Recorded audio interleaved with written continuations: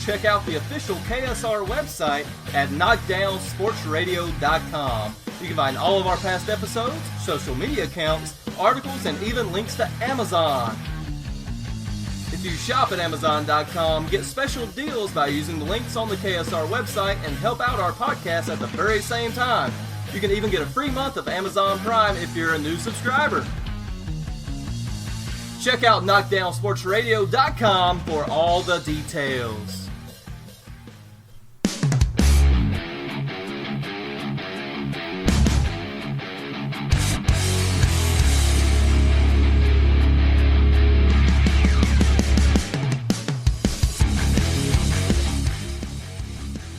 Hello everyone, Chris Callicutt here for Knockdown Sports Radio. Episode 6, September 14, 2016. Lots of stuff to get to today. The All Wrestling edition of Knockdown Sports Radio for Episode 6. Episode 5 included lots of fun stuff through the world of sports. But again, my name's Chris. Thanks so much for hanging out with me for a bit today. I want to start off by letting you know where you can find us on social media. And of course on Twitter, that is our most active form of communication with the masses. And I promise I did not just call you fat, I said masses, not massive. But you can find us on Twitter at knockdown_radio, that is knockdown_radio. You can also find us on Facebook at facebook.com/knockdownsportsradio. And as you heard on the beautiful little commercial spot there, on your way into this program, the newly unveiled knockdownsportsradio.com, where you can find a plethora of information about the show.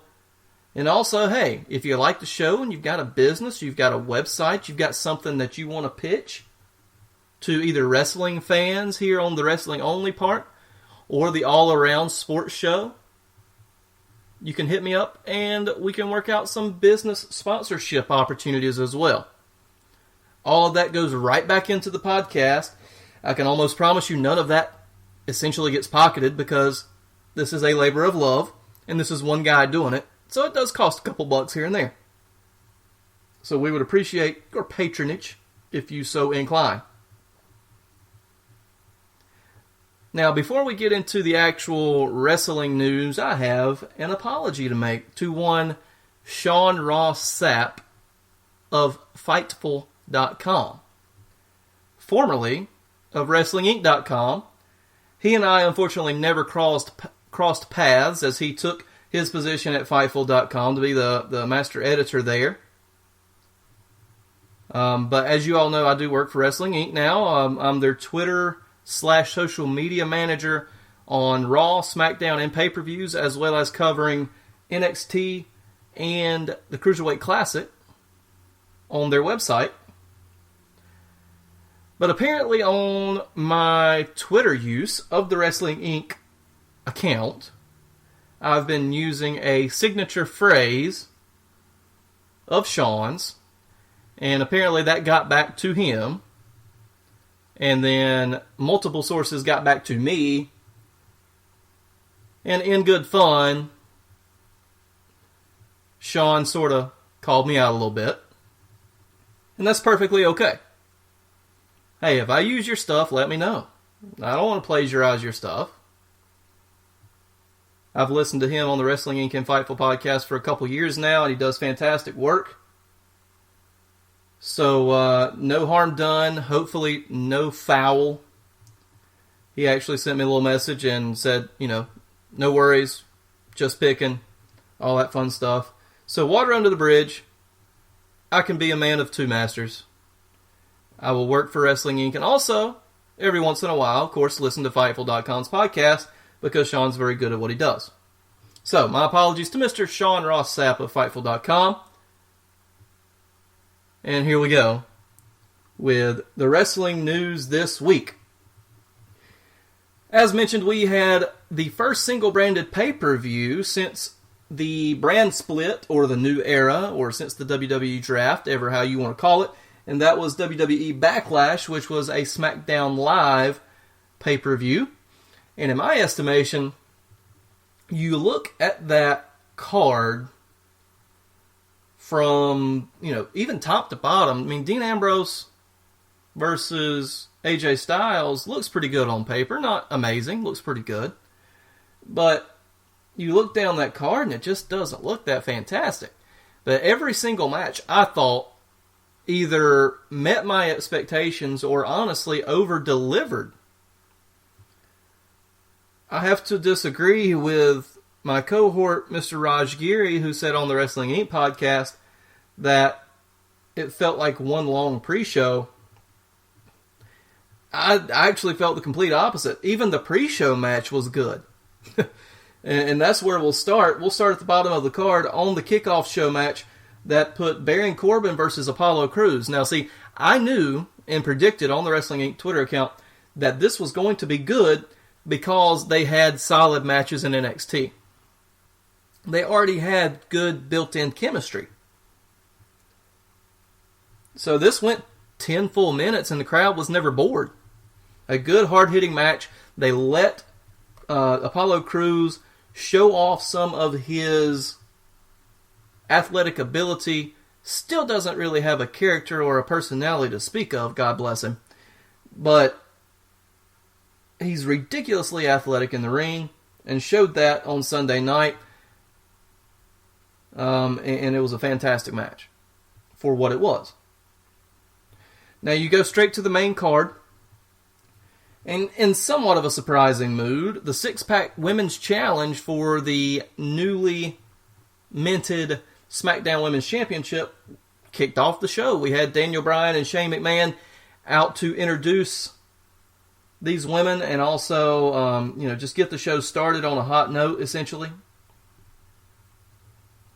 And these ladies actually, with the exception of maybe 2 spots, I wouldn't say they tore the house down, but it was a very, very, very good match.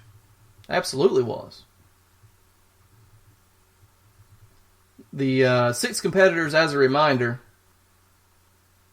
Naomi, Alexa Bliss, Natalya, Carmella, Nikki Bella, and Becky Lynch. Alexa Bliss was the first to be eliminated, followed by Naomi, I believe, then Natalya. And then here's where it got a little hairy. Carmella hits a... Oh man, I might be getting my matches mixed up here from Monday night. Either way, Becky Lynch won with the disarmer, or disarm her, whichever way you want to pronounce it. Play on words, obviously. Becky Lynch tapped out Carmella in the final 2 to become the brand new SmackDown Women's Champion. Much deserved. Well deserved for Becky. She has always been the lovable babyface to the crowd, somewhat booked as the dumb, gullible babyface, which I kind of disagree with because she can legitimately go in there and kick glass, as she says. She is the last kicker. But much deserved, well deserved for Miss Becky Lynch.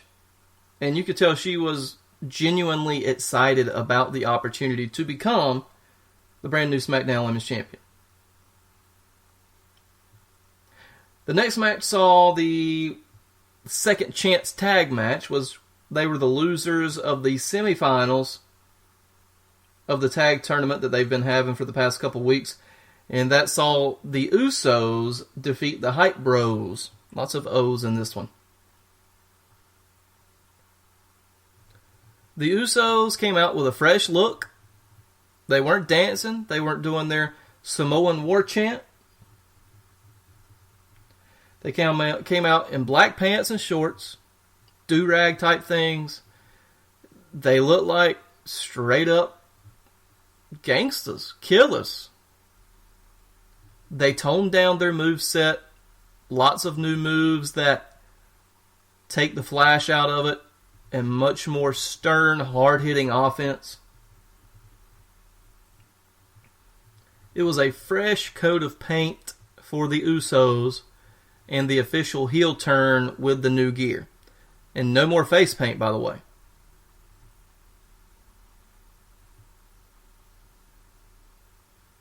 So the Usos defeated the Hype Bros in a decent 8-minute tag match. Thereabouts. I'm actually not sure on the official time there. But this match, I believe, got 18 minutes, and that was for the Intercontinental Championship, where The Miz defeated Dolph Ziggler. Now, if you know anything about these two guys, they used to ride together. Now, whether they do anymore or not, I do not know. But they were even on an episode of WWE Ride Along on the WWE Network. And they came in roughly about the same time to the business. So, and they also both kind of have the post-WWE or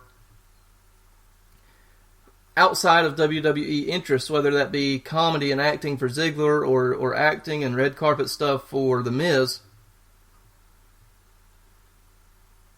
So they're very comparable guys if you think about it. And if you followed Talking Smack or SmackDown over the last few weeks, you know that Daniel Bryan has been feuding with The Miz over his cowardice style of wrestling in the ring, and how Daniel Bryan is not able to come back due to his concussions, and WWE will not let him come back. But either way, this match had tremendous storytelling. The action was as good as you're going to see as far as a Miz match, in which he brought out several moves that he hasn't done before. And he also used Daniel Bryan's moveset. If you guys remember, I was at the live event in Raleigh on Saturday night, the night before the pay-per-view. And of course they tested a few of these things out. That's what the night before pay-per-view live shows are for. But The Miz brought out the surfboard and the running corner drop kicks. That's very Daniel Bryan-esque. So lots of good heel work in this one.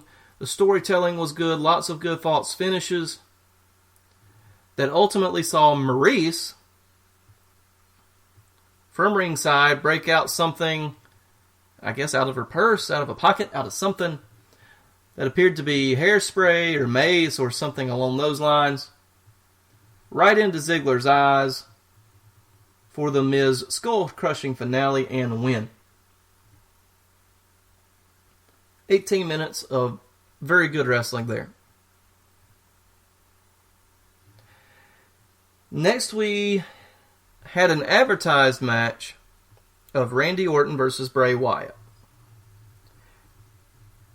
Wrestling Inc. broke the news earlier in the day that Orton would not be wrestling due to either concussion-like symptoms following his Brock Lesnar match, and that he was not officially cleared for entering competition.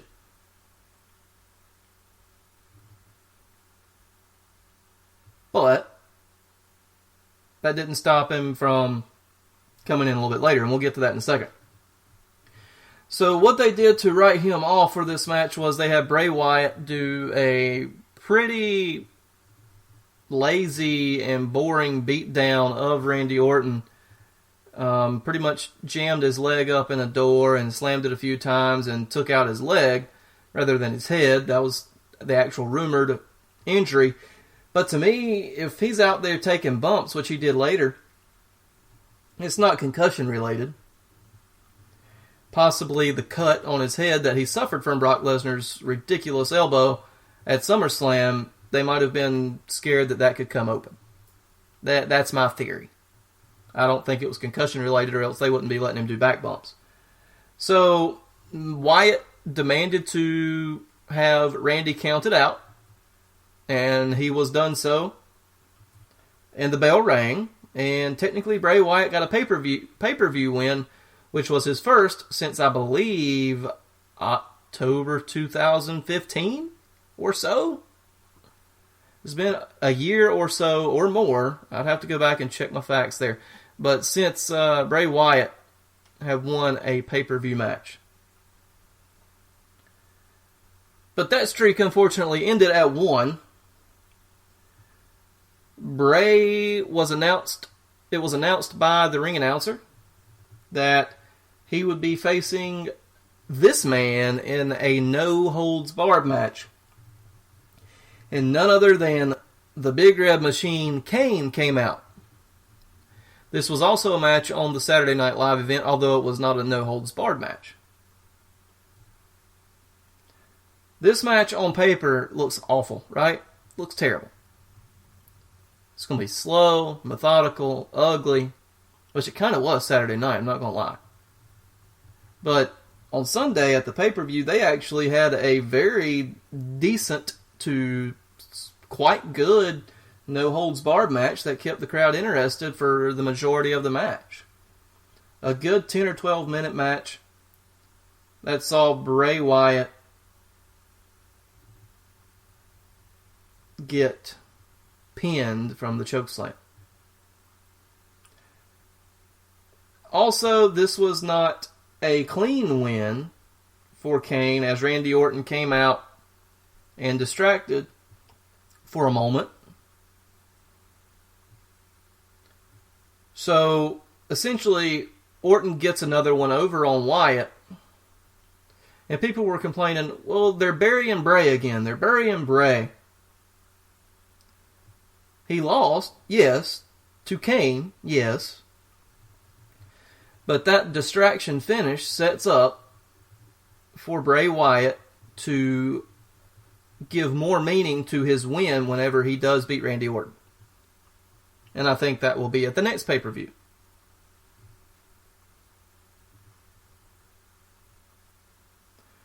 And on to the feel-good story of 2016, and this has been so good. So good. The Tag Team Championship, where Rhino and Heath Slater took on the Usos, the winner of the Second Chance match just a few minutes beforehand. They did enough hope spots in this match to where I really thought the Usos were going to win and they were going to have Heath Slater fall short, not get his contract, not get his tag team titles. But they actually pulled the trigger on it. Heath, poor fella, got worked over like a dog, like the sympathetic babyface that he now is. Gets a blind tag. Rhino hits a gore. Excuse me, I don't even think there was a tag. I think Rhino hits a gore behind the ref's back and then wakes Heath Slater up. Slater rolls over and gets the 1, 2, 3 and wins the titles. He is now a 4-time WWE Tag Team Champion, if you can believe that. But these guys have been nothing but entertaining. It was good to see the heel Usos take on these guys. It made for an even better story. But, I mean, the match was nothing special. It was a pretty standard 10-minute tag. But very good nonetheless and a great moment. And your main event of the evening, which I thought was probably the former champion's one of his best efforts, if not the best effort since becoming champion, is Dean Ambrose versus AJ Styles.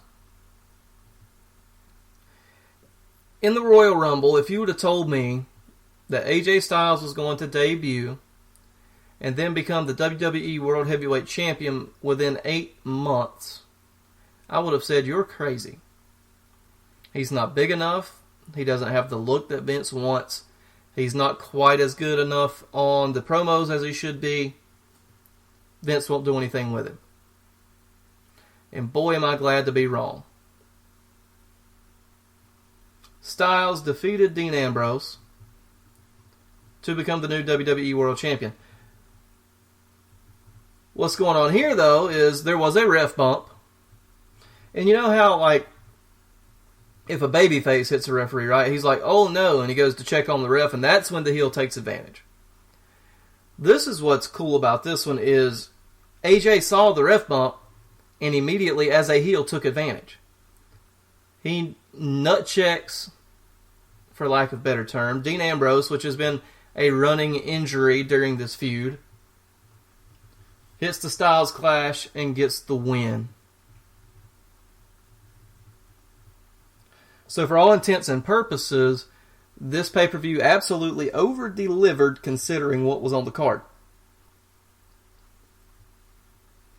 And unfortunately for Raw the next night, it was sandwiched between a very good Backlash show and a very good SmackDown Live on Tuesday. But we will tell you all about Raw and SmackDown right after this.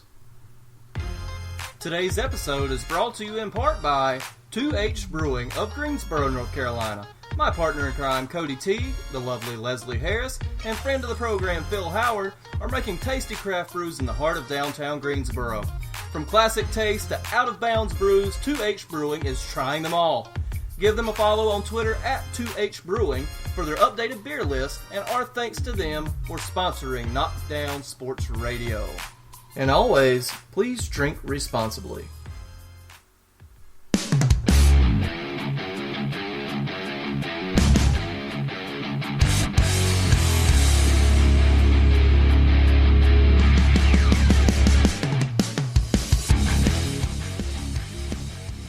Welcome back, guys, to Knockdown Sports Radio, Wrestling Edition, Episode 6.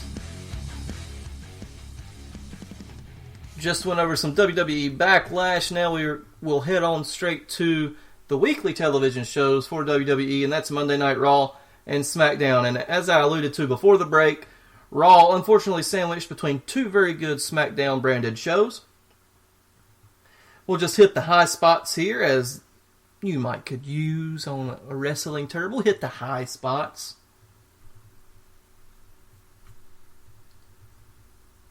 Raw kicked off with 40 minutes, 40 minutes of women's action. Mick Foley came out, congratulated Becky Lynch on her SmackDown title win, and then said, you know what, Raw is still the better women's show. Right now, I'm not sure if I agree with him, but I'll let him have that. So he introduced Charlotte, who came out with Dana Brooke. They ran each other down. Dana slapped Charlotte to a fairly big pop. I'm almost afraid they're going to turn her into a sympathetic babyface, which they have no business doing, by the way. But then you also had the addition of Sasha Banks, who just came back last week, and says, you know, she wants her rematch with Charlotte for the women's title. To which Bayley came out for a huge pop and said, hey Sasha, I beat Charlotte last week. Think I should be in there too.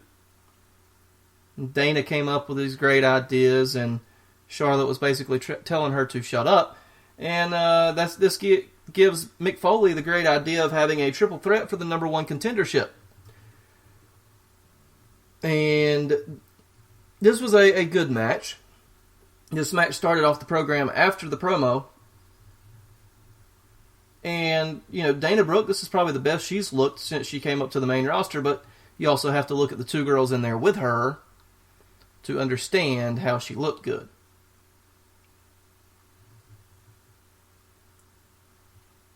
Sasha Banks ends up pinning Bayley with a really sweet jackknife cover. The only problem is her shoulders were down too. And there was absolutely no acknowledgement of that. The other issue being, if they really wanted to declare that a double pin, Bayley had no body part on top of Sasha that would technically declare that a double pin. So there's some details that they have to work out there. We'll see if they look at the videotape and end up making a swerve, or furthering the storyline based on that match result next week as they head into Clash of Champions. It's a cross between Night of Champions, which they've had, and the old WCW Clash of the Champions, and now they're just saying Clash of Champions. You also had, in other women's action, Nia Jax in a squash match. It was pretty much a squash match over Alicia Fox, which there was never technically a winner. There was no count started by the referee or anything like that, but I'm nitpicking, honestly, because Nia Jax pretty much obliterated Alicia Fox through a barricade at the timekeeper's area. Huge spear, big impact. Poor Alicia got knocked senseless. I'm sure it looked safe, but still, that was a heck of a spot to establish Nia Jax as a dominant young lady. And that's what it was there for. Alicia Fox, her next step up in the totem pole. She's been facing local wrestlers since she came up. So now she has Alicia Fox, former Divas champion, and now gets a credible squash. In other action, you had Chris Jericho with the highlight reel. And since Kevin Owens had to wrestle later in the night, he was handed Sami Zayn, who he declared lowest of the low. And I think they actually had a really good back and forth. I didn't enjoy this as much live as I did looking back at it and sort of breaking it down a little bit. But that was a very good promo to get their feud started, and it was announced later that night that they will be facing off together at Clash of Champions later in September. Match number 5 of the Best of 7 series between Cesaro and Sheamus. Cesaro was down 3-0. Now he is up to 3-2. He has won 2 straight matches in what I assume will be either a 7-match or 4-match comeback and he wins 4-3, or he gets the ultimate comeback 3-all and then Sheamus squashes him in match 7 just to completely bury him. I hope they don't do that, but we shall see. And what was the highlight of the evening was Kevin Owens defeated Roman Reigns to maintain a one-on-one match at Clash of Champions against Seth Rollins. Seth Rollins was told if he goes out and interferes in this match that there will be repercussions. He did so, and then he was sent to the principal's office by Mick Foley. Mick Foley said, nope, that's not how we're going to end this match. So he restarted the match, and just before Roman was able to get some much-needed offense in, Rusev, who he has been feuding with for the U.S. title, comes out, knocks out Roman, looks strong. Kevin Owens gets the pin. And then Rusev pretty much stands tall after the match as well. But not enough could be said about this match. Me as a trained eye, as a pro wrestling fan, know most of the tricks in the book, and they had me thinking Roman Reigns was going to win at least 3 separate times. So it was a nice swerve to see Rusev come out and get the best of Roman Reigns to continue that feud for the U.S. title. And Kevin Owens continues to get wins with assistance for the furthering of that storyline for his Universal Championship. That's your Raw recap. Let's move over to SmackDown for a couple of moments before we preview tonight's Cruiserweight Classic finale. AJ Styles kicked us off as the new champ.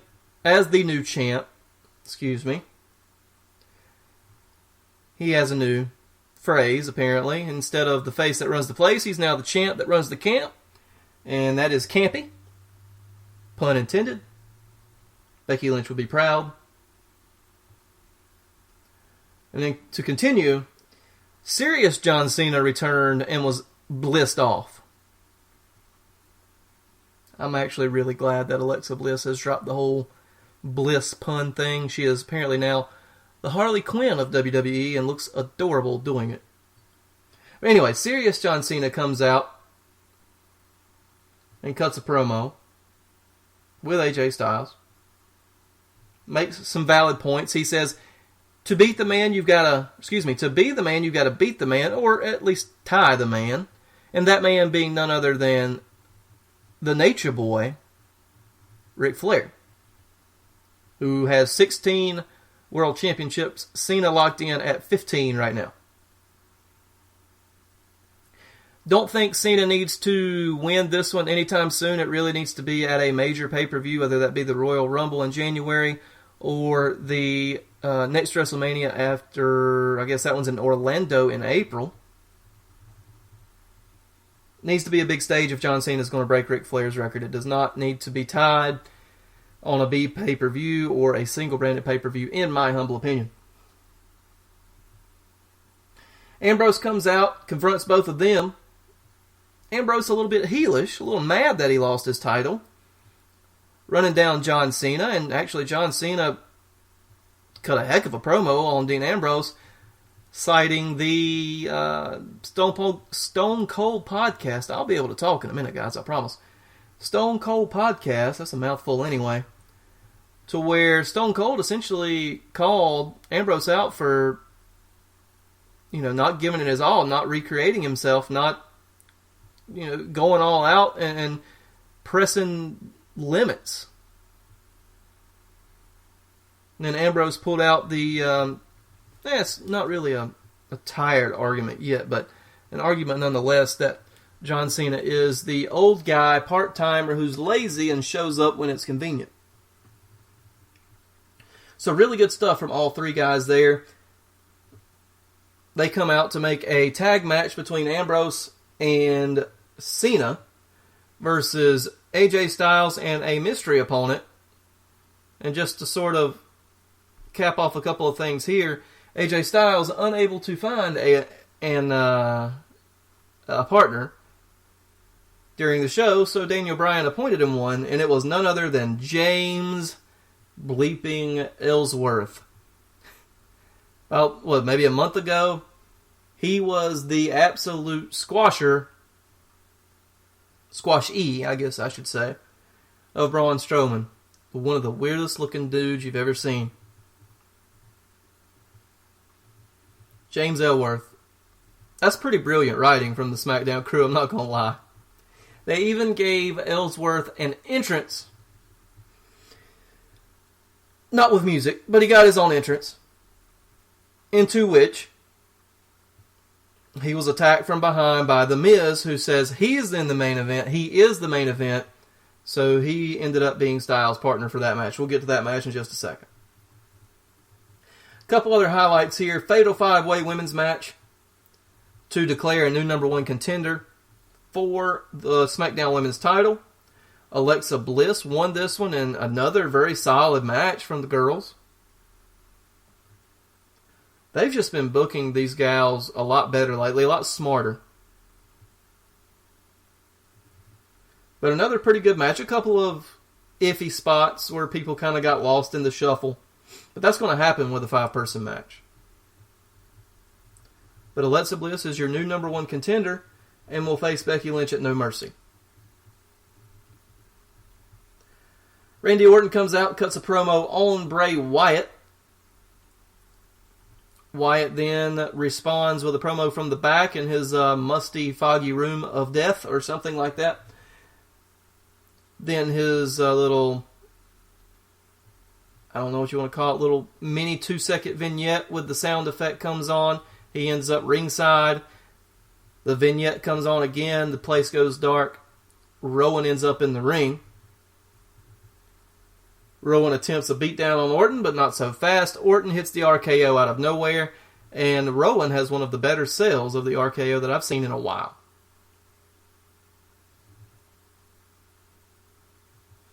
Rowan had a little different look, a little different gear on, and he was, I thought, abolished from the Wyatt family like 3 weeks ago, so unless that was just a ruse to get him back at Randy Orton, or they're just really confused about what they want to do with Wyatt and Orton and Rowan. I'm not sure, but that's what we were given. Jack Swagger, Big Hoss, Oklahoma native, D1 wrestler. The night before on Raw, they teased that Swagger's contract was up, or getting close to up, for Monday Night Raw,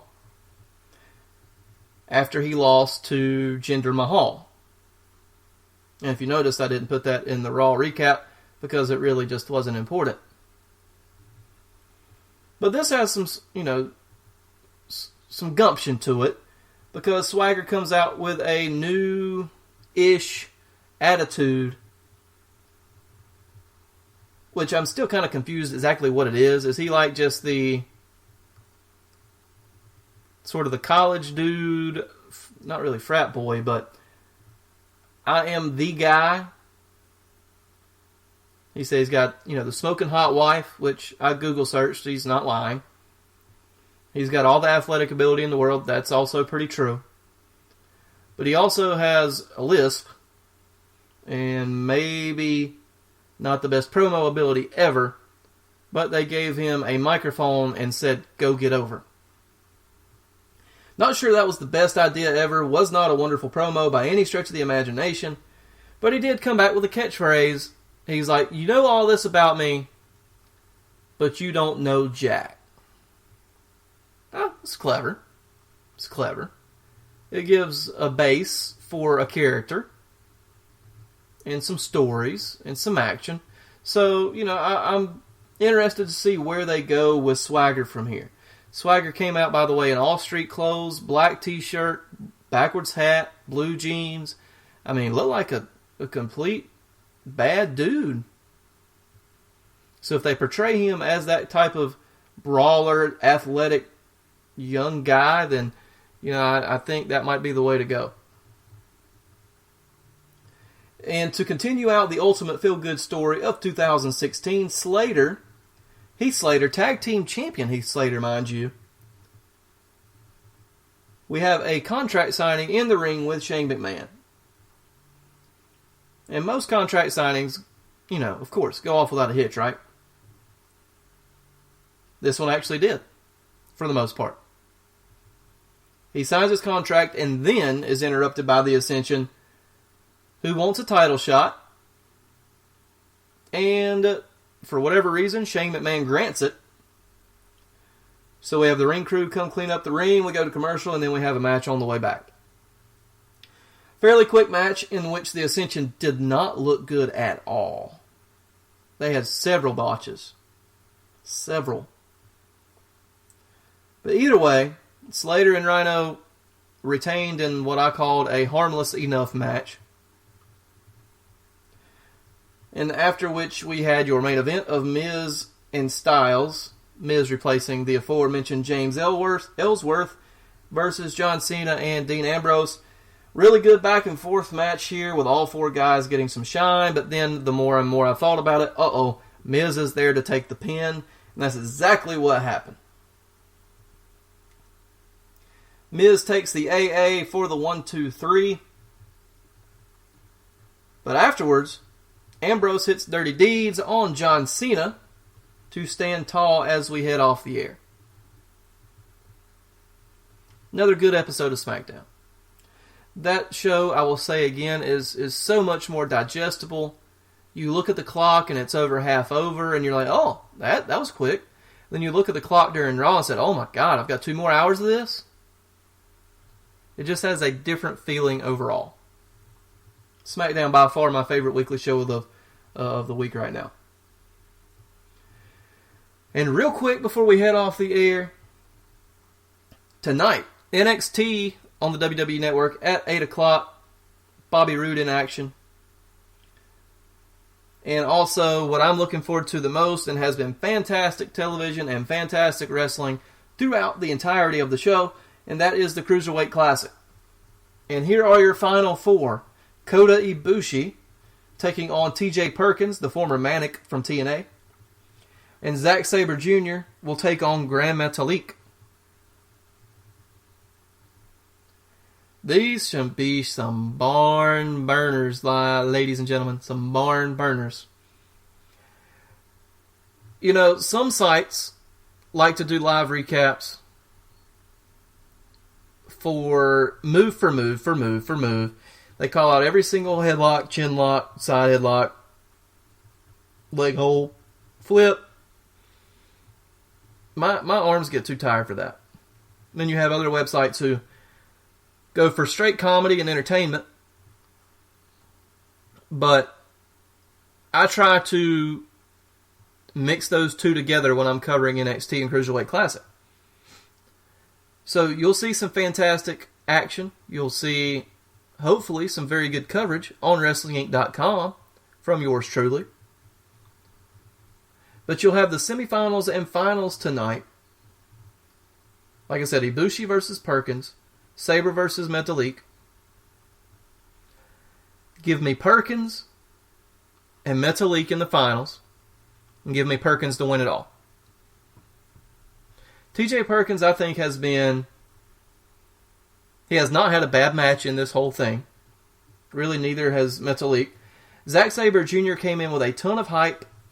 And as good of a technical wrestler as he is, and it's fluid, I mean, it's gorgeous, it's a beauty to watch.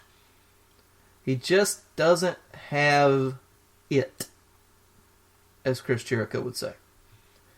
And then you have Kota Ibushi, who is, you know, a huge Japanese superstar, who does have some charisma, along with a ridiculously amazing moveset. And what's cool about these Cruiserweight Classic matches is you'll see some differentiations in style in all four guys, which is a neat concept, and hopefully they bring up to the main roster when the Cruiserweights begin on Monday Night Raw next week. So I hope you'll join us on WrestlingInc.com. I will be covering the Cruiserweight Classic finale. It begins at 9 p.m. Eastern, 2-hour finale. I'm sure you'll probably get a couple of showcase matches or tag matches in between the semis and the finals just to give those guys a little rest. But really looking forward to that. Alrighty, guys. Again, find me on Wrestling Inc. at Wrestling Inc. on Twitter for Raw, SmackDown, and pay-per-views, as well as on NXT and Cruiserweight Classic on the website. And on Twitter for Knockdown Sports Radio is Knockdown_radio. That is Knockdown_radio. Facebook.com/Knockdown Sports Radio, and the newly unveiled KnockdownSportsRadio.com.